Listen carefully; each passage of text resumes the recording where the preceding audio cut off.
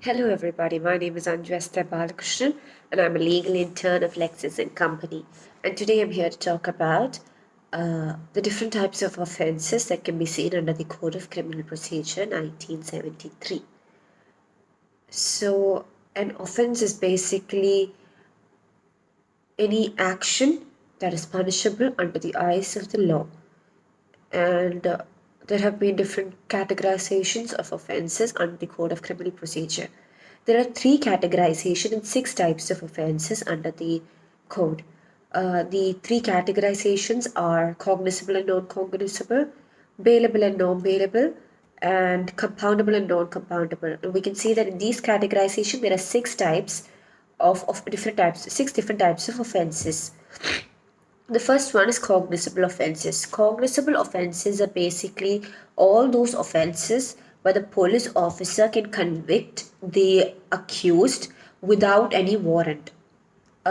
Basically, the offences are more heinous and grievous in nature. That is, it would be murder, rape, kidnapping, theft. It would be that sort of offences which would have caused grievous harm, would be more serious in nature. For those types of offences, the police officer or the officer in charge can go and arrest the accused while the complaint is filed without the need of warrant. On the basis of such situations, it's mandatory that the police officer files an FIR to load the commission of these offences under section 153 of the CrPC. The officer in charge has to file a FIR. As I mentioned, they have to investigate the offence, and it is mentioned under section 482 of the CrPC that the court has no power to interfere in the investigation or on the stay of the offence in the case of cognizable offences. When it comes to granting of bail in case of cognizable offences, it can be bailable as well as non-bailable. It depends upon the gravity of the situation. If the situation is serious and it's believed that this offender should not be given a bail, should not be given the opportunity to go out of the society because they can cause more harm or they can try to escape, in such situations, bail will not be granted. But if the court, while the trial is happening, during the trial, if the court finds that bail can be given, the situation, though the offense would of course be serious because it's a cognizable offense, if it is believed by the court that bail can be given, bail would be given. So basically, cognizable offenses can be bailable or non-bailable. When it comes to non-cognizable offenses, of course, as the name suggests, is the complete opposite of cognizable offenses. Basically, the police officer cannot conduct an arrest or an investigation without a warrant. In order to conduct an arrest, they need a warrant from the magistrate. And the offences under non-cognizable offences would be forgery, cheating, defamation, would not be as serious as cognizable offences. And hence, it would need a warrant because because as compared to cognizable offences, an immediate action would not be required. Because in cases of cognizable offences, as it's a serious crime, immediate action would be required. For non-cognizable offences, FIR is lodged to the magistrate only after which the police can conduct investigation. In such situations, non-cognizable offences are bailable offences and they can take a bail with the permission. A bail can be granted with the permission of the officer or the magistrate of the and an investigation without the permission or without the warrant, an arrest without the warrant, would be one without jurisdiction. So the next categorization is bailable and non-bailable offences. Bailable offences, as the name suggests, are those offences where bail is an absolute right that is granted to the people by the police officer or by the magistrate.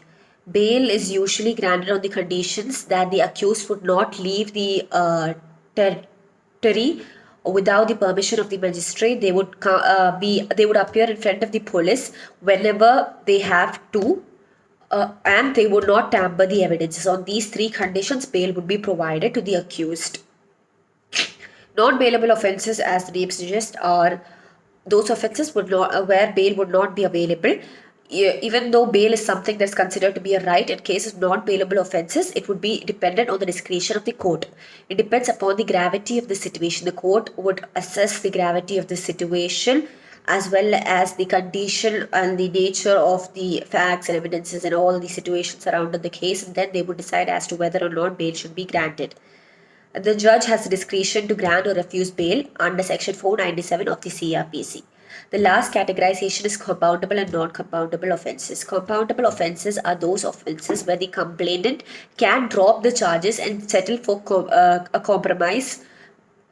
Basically, it is those offences that are not considered grave or serious, and the court would believe that the court believes that these offences can be compromised and can be solved because it's personal in nature, and prosecution would be a waste of time and energy. Instead, a compromising also could lead to providing justice and receiving justice. So, compoundable offences are those offences where a compromise could be made between two parties. Non-compoundable offences are the complete opposite.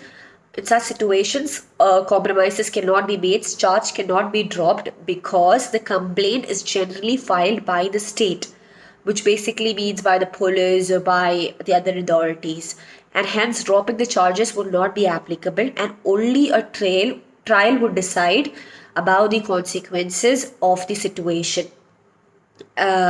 That is whether it would be the acquittal or the conviction of the accused or the offender. So basically, these are the 6 types of offences. I'll repeat the names of the offences: bailable, non-bailable, cognizable, non-cognizable, compoundable, non-compoundable. These are the 6 types of offences under the CrPC, and it was decided to categorize the offences so that a clear understanding could be provided about the specific offences and about the procedures to be conducted under the specific offences. So I hope that you could understand the different types of offences under the CrPC. If you understood if you understood the video and liked the video, please press the like and subscribe button so that you can get more law related videos in the upcoming days. Thank you for your time, and I hope you have a wonderful day ahead.